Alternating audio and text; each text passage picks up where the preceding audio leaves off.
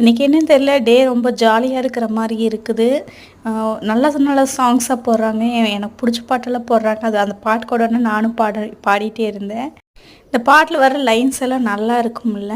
சரி, பாட்டு கேட்டு அப்படியே ஃப்ரிட்ஜெல்லாம் ஒரே கசகசன்னு கிடந்துச்சா, சரி அதெல்லாம் நீட்டாக அரேஞ்ச் பண்ணிடலான்ட்டு அந்த டியூட்டி தான் பார்த்துட்டு இருந்தேன். ஐஸ் கட்டி ஓவர் இதாகிடுச்சு. அதனால் அந்த பட்டன் ப்ரெஸ் பண்ணால் அந்த ஐஸ் கட்டி பூரா ட்ரேயில் இருந்துரு. அப்புறம் நம்ம க்ளீன் பண்ணிக்கலாம் அப்படின்னு சொல்லிட்டு விட்டு ஒரு வழியாக எல்லாத்தையும் அரேஞ்ச் பண்ணிவிட்டேன். ஃபஸ்ட்டு இருந்ததுக்கு இப்போ எவ்வளவோ பரவாயில்ல. ஃபஸ்ட்டு ஸ்டோரேஜ் பாக்ஸ் நான் வாங்கி ஆகணும்.